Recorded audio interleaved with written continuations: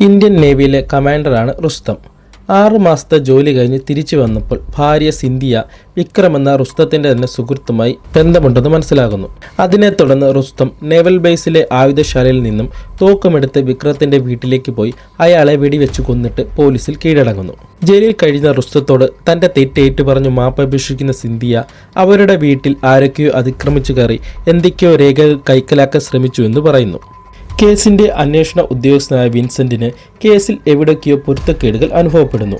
ഇതിനിടെ മികച്ച വക്കീലായ അഡ്വക്കേറ്റ് ലക്ഷ്മൺ കങ്കാണിയെ വിക്രത്തിന്റെ സഹോദരി പ്രീതി കേസ് ഏൽപ്പിക്കുന്നു. എങ്ങനെയെങ്കിലും റുസ്തത്തിന് കൊലക്കേർ വാങ്ങി നൽകണം, അതാണ് ലക്ഷ്യം. വളരെ എളുപ്പത്തിൽ ജയിക്കാം എന്നു കരുതിയ കേസ് കോടതിയിൽ എത്തിയപ്പോൾ മറ്റൊരു രീതിയിലേക്ക് മാറുന്നു. 2016 ഇറങ്ങിയ ഹിന്ദി ത്രില്ലർ ചിത്രമാണ് റുസ്തം. 1959 യഥാർത്ഥ സംഭവങ്ങളെ അടിസ്ഥാനമാക്കിയാണ് ചിത്രം ഒരുക്കിയിരിക്കുന്നത്. വളരെ മികച്ച ഒരു കോർട്ട് ഡ്രാമ ത്രില്ലർ ജോണർ ഉൾപ്പെടുത്തുന്ന സിനിമയാണ് റുസ്തം. ടൈറ്റിൽ കഥാപാത്രമായ റുസ്തത്തെ അക്ഷയ് കുമാർ ഗംഭീരമായി തന്നെ അവതരിപ്പിച്ചു. മറ്റ് കഥാപാത്രങ്ങളെ അവതരിപ്പിച്ചവരുടെയും നല്ല പ്രകടനം തന്നെയായിരുന്നു. എൻഡ് ക്രെഡിറ്റ് സീനുകൾ കാണാൻ മറക്കരുത്.